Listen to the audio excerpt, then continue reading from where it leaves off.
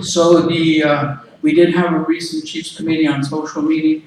Uh, was that last week?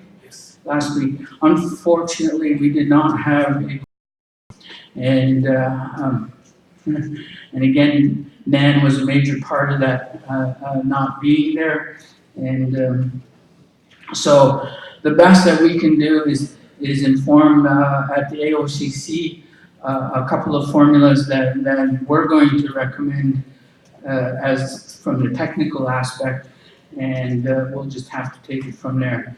Originally there was 4 formulas. 2 of them were forwarded by INAC. We tossed them right away. The second one again is the OFNLP formula, and we're going to introduce another one that's going to be 50% base, 25% total child population, and 25% remoteness.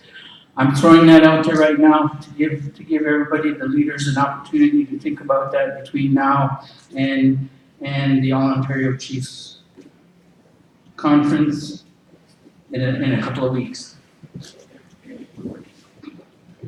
They are interested in moving away, both to do an analysis of the 65 welfare agreement and to hold a forum to educate leadership on the agreement and possible alternatives. We also said that we wanted that forum, but as a result of that, we started a relationship with MCYS and looking at how this information was going to impact our communities. It is a 5-year project and it's currently underway. I think they said about half of their agencies, the Children's Aid Societies, are operating the CPIN network. And basically, if you don't understand what it actually is that they're looking at consolidating their information process. So if, say for example, if you're a family that has a file with the Windsor CAS, and the family moves, and they move to say, we'll say Belleville, Tyendinaga area. And so a new case gets opened up in Belleville. So rather than actually opening up a new case, so that's how they're looking. So all this information is floating around in cyberspace. So that was the concern that we had as First Nations. Who has control of that information? Who can access it? Where does it go? And how much does it cost? So basically, for our own Indigenous agencies, the province is only going to give them $250,000 to have this uploaded into their system. But in reality, and what we're finding out, that this system could even cost up to $650,000. So where are our agencies going to get that additional dollars? They have to take it from within. In other words, programs and services, staffing, administration. So those are the type of information that we're looking at right now. Is it beneficial? Do we still need to be part of it? But the one thing that I wanted to let you know too is our families and children's information are already in the system. It's just that they're floating out there in cyberspace. So that concludes my presentation. Are there any questions? Chief Miracle?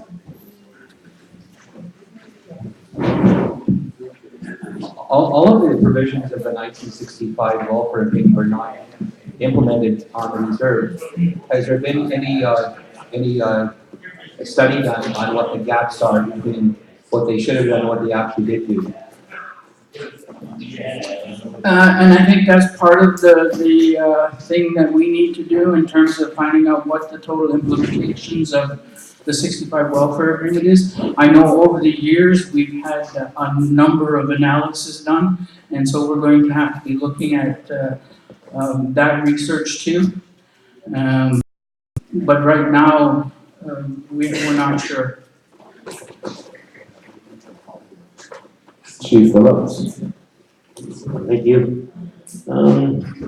Two things. One is that, this is our assembly. Delegates, it's time to say things, You can't always just sit here and agree with what's going on. If there's something wrong, you need to say it, or a question, you need to say it. This is the time for that. So, again, I think we need to stand up here a little bit and have our voices counted. But with respect to one of the comments that you said, Deputy, in regards to this new formula, 50, 25, 25. There was a concern Oneida had with respect to the 25% going to children on reserve only. Is that also included in your request for that consideration? No, we're talking total child population, not just on reserve. All right. Secondly, have we had, as AIA, any discussions at our table in terms of what formula we want to see? No, we haven't. And again, I think this is why I kind of ran. We'll see how it goes, but this is where the focus should be, is ours. Chiefs committees, if the North don't want to show up, it puts everything in behind.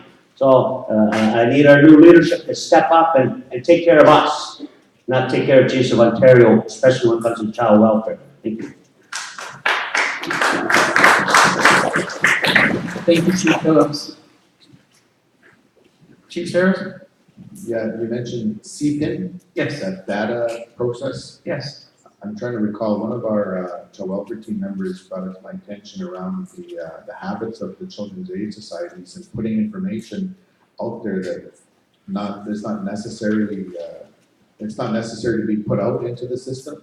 So it's not so much where it's going, it's what's out there for us. We need to revisit some kind of a policy or some kind of a bar that is consistently followed with all of the child welfare agencies, these Children's Aid Societies, so that we're not putting information out there that isn't necessary. And I think that's aligned with TIPIDA and the privacy legislation. So I'm not sure who's watching the CASs, but it's been brought to my attention by our workers, and they use that and build cases to remove kids. So I wanted to bring that to your attention, and I'm hoping that we can continue to see those types of issues pursued, and from the association's perspective, again, make sure that we don't lose sight of those and be cognizant of those and how we work with the province, especially, I guess the review is done now, but again, the Child Welfare Act, the Child and Family Services Act, that review is complete. And one of our legal counsels brought it to our attention how disappointing the outcomes were with the review and incorporating our thoughts into what the Child and Family Services Act was going to look like in the future. So again, there isn't these movements that we would have expected with our engagement and endorsing and supporting the Child and Family Services Act. And again, I think we need to continue at the association with moving forward with our own jurisdiction around child welfare. We get muddled, and it causes so many problems with our families and our kids back home. And I'm hoping we can resurrect those discussions internally, but be cognizant of what Ontario is doing out there now. The second thing that I wanted to mention was the 65 welfare agreement. Again, it's not an agreement between us and the province and the feds. It's an agreement between the feds and the province. However, there is a lot of value with us being united in the position that we take in it. And I believe we need to take inventory of the benefits of the 65 welfare agreement. And what I hear from the other regions across Canada is they don't have that type of relationship between their province and the federal government. There's a certain amount of assuredness and there's a certain amount of benefit that comes with the 65 welfare agreement. And it's been around since 65, and it's been something that we've been able to benefit from. So I'm hoping that we do a thorough SWOT analysis or some kind of a review and make an educated position that's a concerted position with all of the First Nations in Ontario, if it's possible, but we do have to fix the whole man issue, north-south issue. Regardless, Lito, we should be going to the table and using our voice as an association on behalf of our members to bring forward our position regardless, and we should be making our position known and go back with our position with the 65 hour game. Okay, thank you. Thank you, Chief. I guess in terms of CPIN, you are correct. I mean, there is a section too on, as far as I understand, that relates to case notes on the intake forms and stuff. That type of information will not be captured either under the CPIN, and that's the concern that the agencies have expressed, and this was part of the fact-finding information that we looked at. So yes, there's still some concerns about CPIN.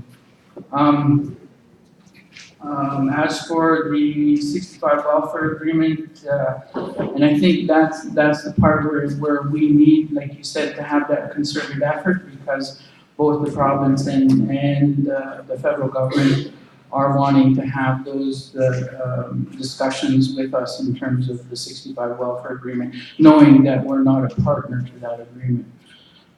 Just a clause 2.2. So maybe in this next round, like they said, they don't know what it's going to look like or what it's going to entail. But if we can have that concerted effort, that we can ensure that we have a bigger say in the 65 welfare agreement, however it might come out. Yeah. Chief Phillips? Yes, thank you. It's just follow up with respect to that 65 agreement. We've been asking for this review, or I've been asking for this review for over 10 years. So, and again, I'm going to bring it back here to the focus of this organization. I want you to seek some money so that we can have that conversation and we can start pushing this stuff. I understand the difficulties that they have with the North. It's not our issue to resolve. And that's what I kind of said yesterday. We can't work for the Chiefs of Ontario all the time. We've got communities that need some stuff here, and we need to put those on a priority. So don't care about if Chiefs of Ontario can't get any money to have this. I want AIA to seek input so that we have an input, so that we can have our own formula, so that we can start to address these things. If the global partners aren't going to do that, and that's exactly why. They're waiting for everybody to do that, and they know we're not going to be all on one. 10, 12 years. So again, I think there needs to be, and again, this is just from me. I know it's not universal, but we need to start to make some noise to make these things happen instead of just coming to our assemblies and just say government can't do anything or won't do anything for us. Thank you, Chief Phillips. Chief Miracle? It would be better if we could all work together, the North and the South and different regions, but what we see is that the North is boycotting a lot of processes, and I don't think that the South should be paralyzed and moving their agenda forward because they're doing that. So if they won't work with us, then we need to have our own process to deal with the issues in our communities. The other thing was, a number of years ago, we were supposed to harmonize the foster care and customary care allowances that they gave to the families or relatives that were looking after the children. Has that happened and been implemented? Is there any accountability by the CAS to the Chiefs of Ontario or to one of these subcommittees that this is indeed happening? No, that has never come to any of our tables about harmonizing. Because her first name was Marianne. She was the minister that was supposed to happen when she was the minister.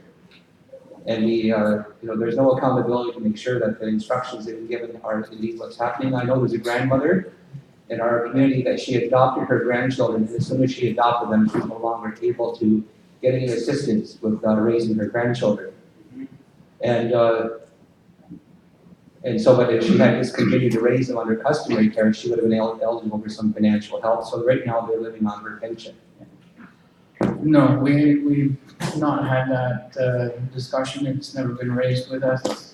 Well, I think we need to put some accountability mechanisms in place for this. We have to be accountable to the community that they're providing service to. Any other questions? Seeing none, thank you.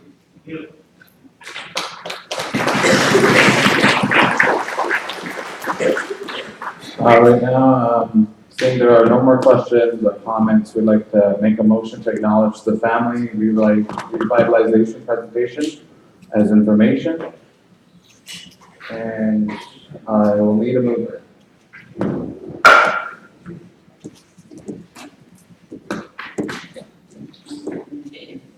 Councilor Glenn? Lane, sorry, Amanda. And a seconder? Chief Peters? Thank you. Are there any objections? Abstentions? Seeing none, motion carried. Okay, next we have on the agenda is the education scholarship.